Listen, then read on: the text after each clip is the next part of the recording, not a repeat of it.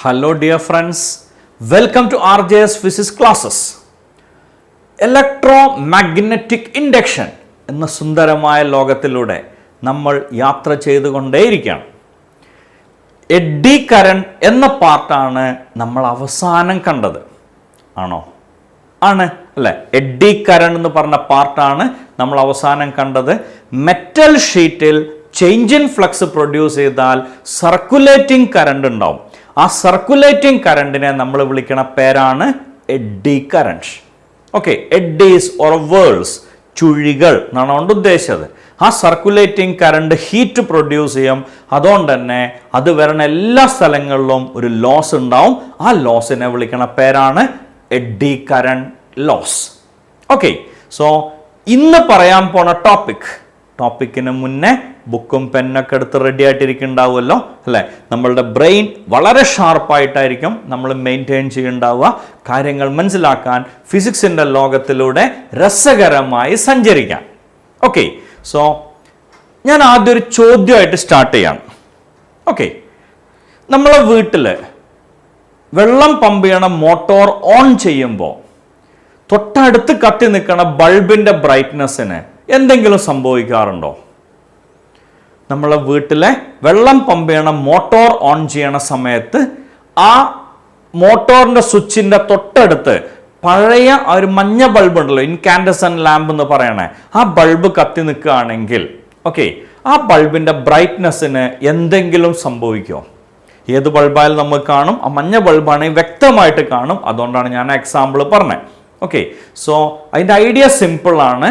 നമ്മൾ switch on ചെയ്യണ മൊമെന്റിൽ ആ ബൾബ് ഡിം ആവും. ഫുൾ ടൈം അങ്ങനെ ആവുമോ? നെവർ. ഒരു സെക്കൻഡ് തികയില്ല, അത് തിരിച്ച് പഴയ സ്റ്റേറ്റിലേക്ക് വരും. പിന്നെ എപ്പോഴെങ്കിലും ആ ബൾബിന്റെ ബ്രൈറ്റ്നെസ്സിന് വ്യത്യാസം വരുമോ? സ്വിച്ച് ഓഫ് ചെയ്യണ സമയത്ത് ബ്രൈറ്റ്നെസ് ഒന്നും കൂടി കൂടും, തിരിച്ച് പഴയ ലെവലിലേക്ക് തന്നെ വരും. നമ്മളൊരു മോട്ടറിൻ്റെ സ്വിച്ച് അങ്ങനെ ഓണാക്കി ഓഫാക്കി ഓണാക്കി ഓഫാക്കി അങ്ങനെ ഒരു 10-15 മിനിറ്റ് നേരം അങ്ങനെ ചെയ്താൽ ചിലപ്പോൾ മോട്ടർ കത്തിപ്പോവാൻ വരെ ചാൻസ് ഉണ്ട്. അങ്ങനെ കത്തിപ്പോണം നിർബന്ധമൊന്നുമില്ല കേട്ടോ. എല്ലാ സമയത്തും 15 മിനിറ്റാണ് ഓണാക്കുക ഓഫാക്കുക ചെയ്താൽ മോട്ടർ കത്തുന്ന ഗ്യാരണ്ടി ഒന്നുമില്ല. There is A chance. Okay, so എന്തുകൊണ്ടാണ് ഈ മോട്ടർ ഓൺ ചെയ്യണ സമയത്ത് ബൾബ് ഒന്ന് ഡിം ആവണേ? ഉടൻ മറുപടി കിട്ടും. എന്തോ ബ്രൈറ്റ്നെസ് അറിയാം നമ്മളെ ബ്രെയിനിന്. മോട്ടോർ ഓൺ ചെയ്യണ സമയത്ത് മോട്ടോർ കൂടുതൽ കറണ്ട് വലിക്കും. കൂടുതൽ കറണ്ട് വലിക്കുമ്പോൾ മൊത്തത്തിലൊരു ഡൗൺ ഉണ്ടാവും. ആ ഡൗൺ കൊണ്ട് ബൾബും ഡൗൺ ആവും. അപ്പൊ കുറച്ച് കഴിഞ്ഞാൽ തിരിച്ച് പഴയ ലെവലിലേക്ക് വരണതോ? സാറങ്ങളോടല്ലേ പറഞ്ഞ മോട്ടോർ ഓൺ ആക്കുമ്പോൾ കുറച്ച് കറണ്ട് കൂടുതൽ വലിക്കും, കുറച്ച് കഴിഞ്ഞാൽ പിന്നെ അതിൻ്റെ ആവശ്യം ഉണ്ടാവില്ല ആയിരിക്കാം, ഐ ഡോണ്ട് നോ. അപ്പോൾ ഓഫ് ആക്കുമ്പോഴോ? ഓഫ് ആക്കുമ്പോൾ ഒന്നുകൂടെ ബ്രൈറ്റ് ആവും, തിരിച്ച് പഴയ പോലെ വരും. അതെന്തുകൊണ്ടാവാം? ആശ്വാസമായി എന്ന് പറഞ്ഞിട്ട് പവർ സപ്ലൈ ഒന്നങ്ങോട്ട് എന്താന്ന് പറയാ ദീർഘനിശ്വാസം വിട്ട് തിരിച്ചു വരണതാവോ? അല്ല. അപ്പൊ ആ സമയത്ത് എന്തോ സംഭവിക്കുന്നുണ്ട്. അവിടെ എന്ത് സംഭവിക്കണോ ആ എഫക്റ്റിനെ നമ്മൾ വിളിക്കണ പേരാണ് സെൽഫ് ഇൻഡക്ഷൻ. ഓക്കെ, അവിടെ സംഭവിക്കണ പ്രോസസ്സിനെ വിളിക്കണ പേരാണ് സെൽഫ് ഇൻഡക്ഷൻ. മോട്ടോറിന്റെ സ്വിച്ച് ഓൺ ചെയ്യുമ്പോൾ ബൾബ് ഒന്ന് ഡിം ആവും, അത് തിരിച്ച് പഴയ പോലെ തന്നെ വരും.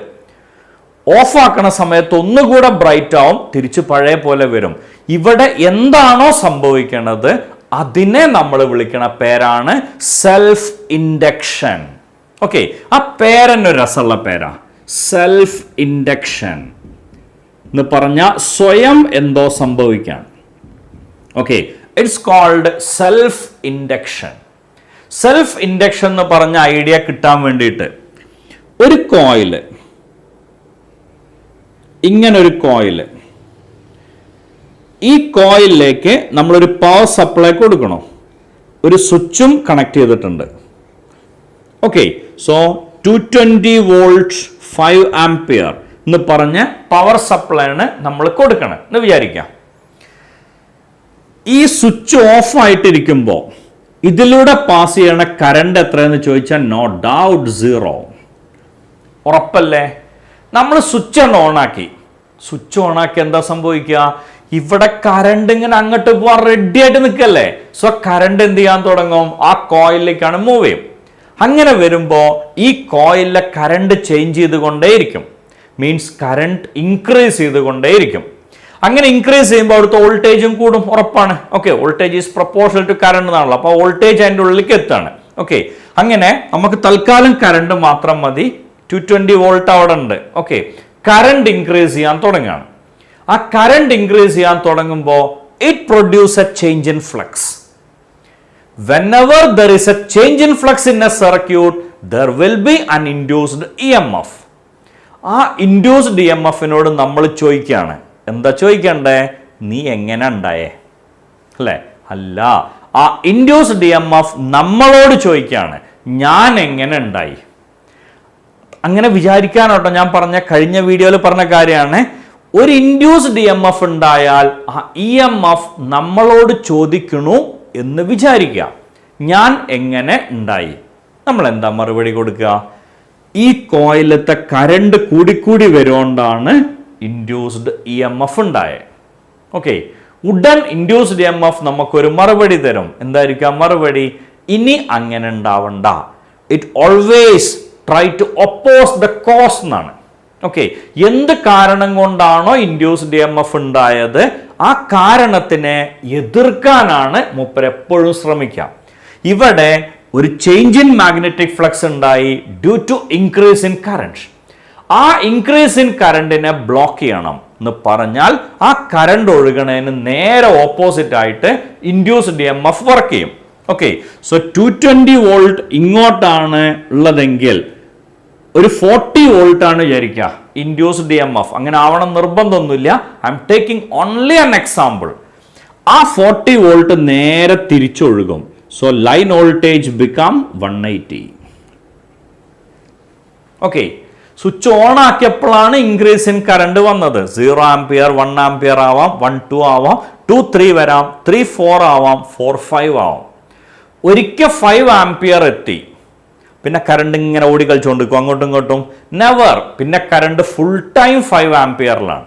സ്വിച്ച് ഓൺ ആക്കണ മൊമെന്റിൽ ഇവിടുത്തെ കറണ്ട് 0 ആണ്. 0 become 1 ampere, 1 become 2, 2 become 3, 3 become 4, 4 become 5. Okay, ആ കറണ്ട് കൂടിക്കൂടി വരുന്നത് അനുസരിച്ചിട്ട് ഇവിടെ ഒരു ചേഞ്ച് ഇൻ ഫ്ലക്സ് ഉണ്ടാവും. ആ ചേഞ്ച് ഇൻ ഫ്ലക്സ് എന്ത് ചെയ്യും? ഒരു ഇൻഡ്യൂസ്ഡ് EMF പ്രൊഡ്യൂസ് ചെയ്യും. ആ ഇൻഡ്യൂസ്ഡ് EMF ശ്രമിക്കുക അവിടുത്തെ ചേഞ്ച് ഇൻ ഫ്ലക്സിനെ ഇല്ലാണ്ടാക്കാനാണ്. അങ്ങനെ ഇല്ലാണ്ടാക്കണമെങ്കിൽ ഇവിടുത്തെ കറണ്ട് കൂടുമ്പോൾ അതിനെ എഗെയിൻസ്റ്റ് ആയിട്ട് ഒഴുകണം. ഓക്കെ, സോ 220 വോൾട്ട് ഈ ഡിറക്ഷനിൽ, 40 വോൾട്ട് നേരെ റിവേഴ്സ്. ഓട്ടോമാറ്റിക്കലി ലൈൻ വോൾട്ടേജ് എത്രയായിട്ട് മാറും?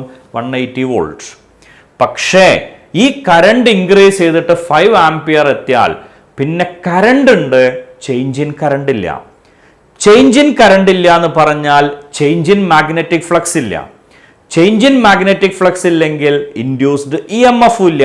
അപ്പോൾ ഈ 40 വോൾട്ട് എന്ന് പറഞ്ഞ ഇൻഡ്യൂസ്ഡ് EMF എന്തായിട്ട് മാറും? 0 ആയിട്ട് മാറും. So line voltage become 220. ഇനി ആലോചിച്ച് നോക്കിയേ, ആ ബൾബ് ഒന്ന് ഡിമ്മാവും, തിരിച്ച് പഴയ സ്റ്റേറ്റിലേക്ക് വരും. ഓക്കെ, സോ തുടക്കത്തിൽ എന്ത് ചെയ്യാണ്? ഇൻഡ്യൂസ്ഡ് EMF അവിടെ പ്രൊഡ്യൂസ് ചെയ്യും. ആ ഇൻഡ്യൂസ്ഡ് EMF നേരെ റിവേഴ്സ് ആയിട്ടാണ് ഒഴുകുക.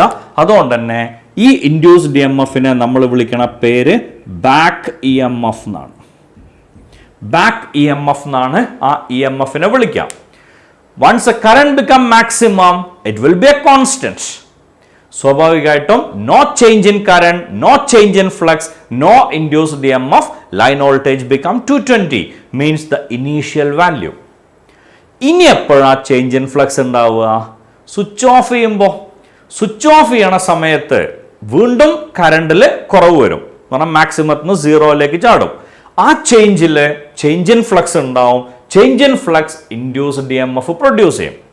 ആ ഇൻഡ്യൂസ്ഡ് EMF നമ്മളോട് ചോദിക്കും എന്തുകൊണ്ട് ഞാൻ ഉണ്ടായി? ആൻസർ കൊടുക്കും, കറണ്ട് കുറഞ്ഞു വരുകൊണ്ടാണ്.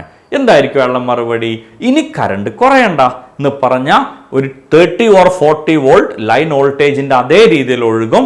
സോ ലൈൻ വോൾട്ടേജ് ഒറ്റയടിക്ക് 250 ഒക്കെ എത്തും. ആ മൊമെന്റിൽ പക്ഷെ സ്വിച്ച് ഓഫ് ആയിട്ടുണ്ടാവും. അതുകൊണ്ട് തന്നെ എന്താ പോയിക്കും? അത് തിരിച്ച് 220ലേക്ക് തന്നെ വരും എന്ന് പറഞ്ഞാൽ ബ്രൈറ്റ്നസ് കൂടിയ ബൾബ് അതേപോലെ പഴയ സ്റ്റേറ്റിലേക്ക് വരും. ഈ കോയിലിന്റെ സ്വഭാവം എന്താ? ഈ കോയിലിന്റെ സ്വഭാവം എന്താണെന്ന് ചോദിച്ചാൽ, നമ്മൾ അതിലേക്ക് കറണ്ട് ഇൻക്രീസ് ചെയ്തപ്പോൾ കോയിൽ പറയാണ് വേണ്ട, കറണ്ട് കൂടണ്ട, ഞാൻ ഓപ്പോസിറ്റ് ആയിട്ട് ഒഴുകും.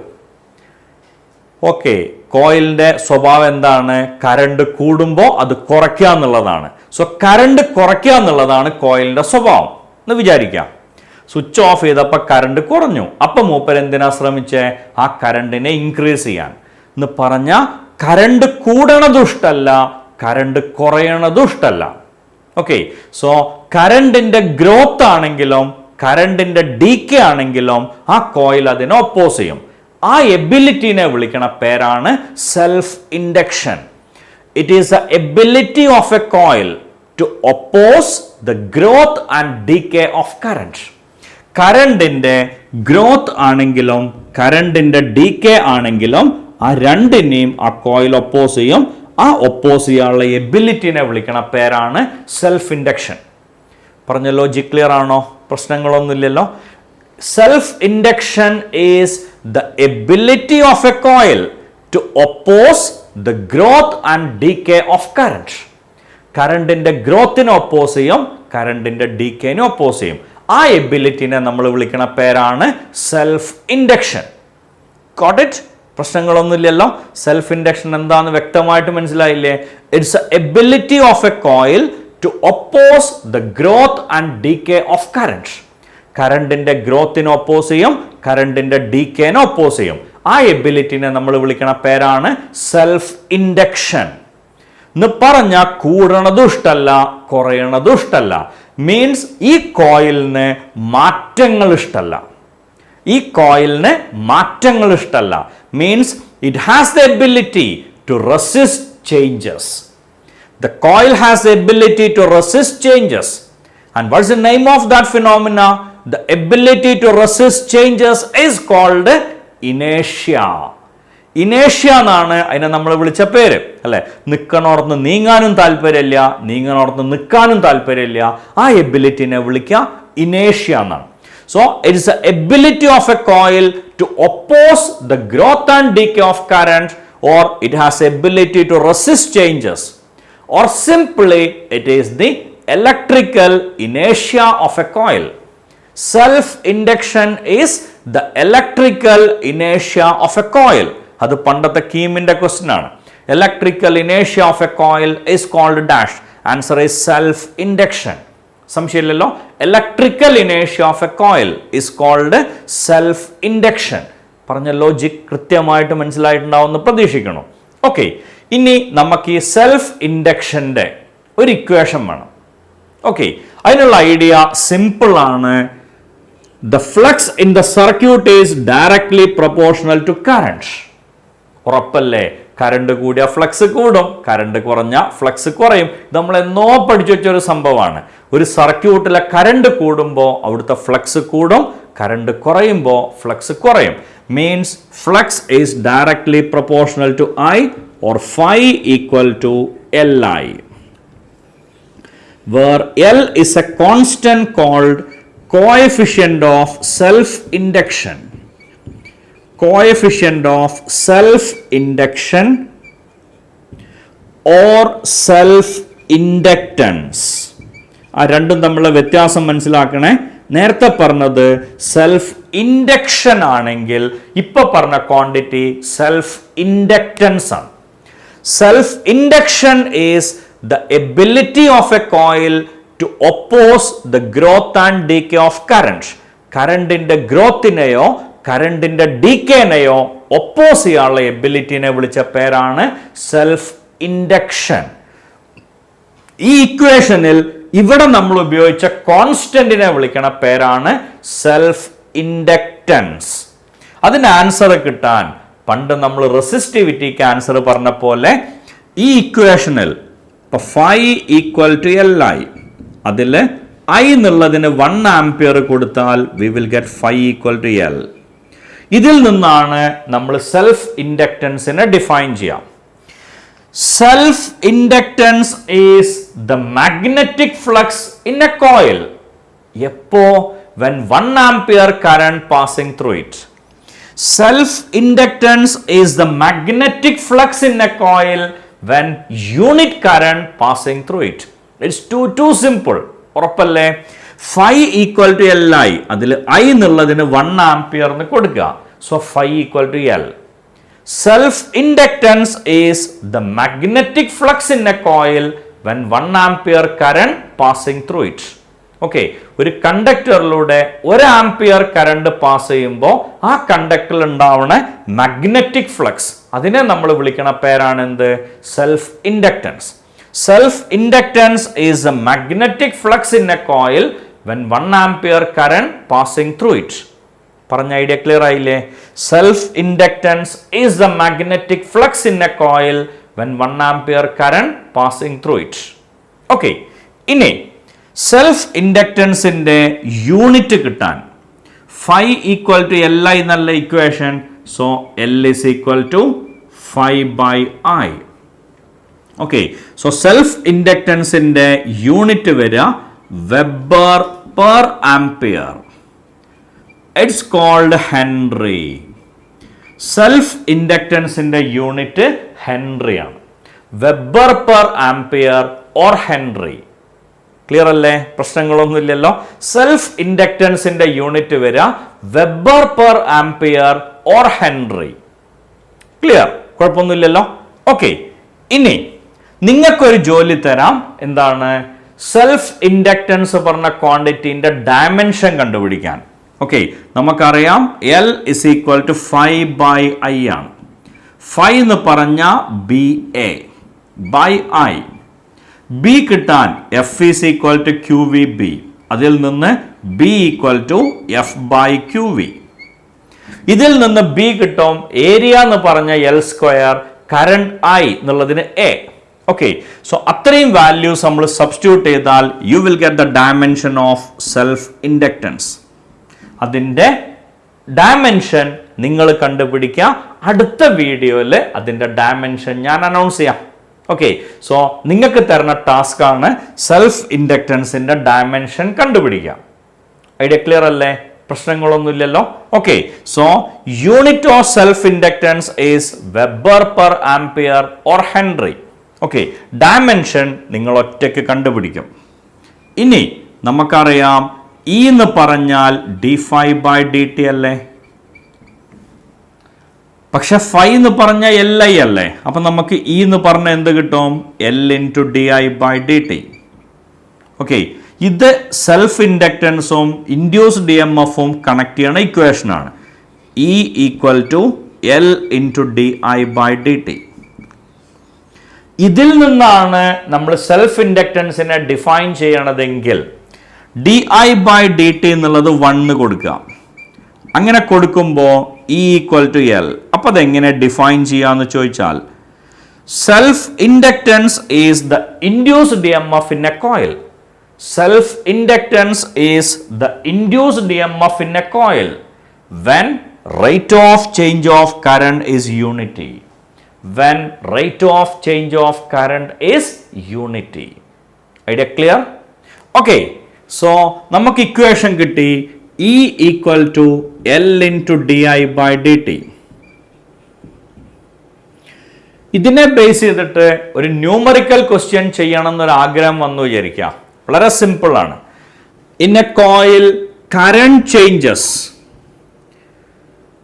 From 0.2 milliampere to 0.8 milliampere.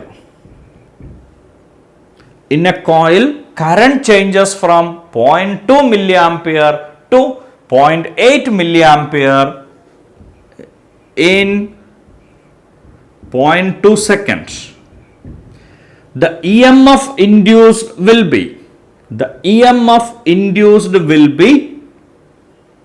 3 volts. Find self-inductance of the coil. The EMF induced will be 3 volt. Find the self-inductance of that coil.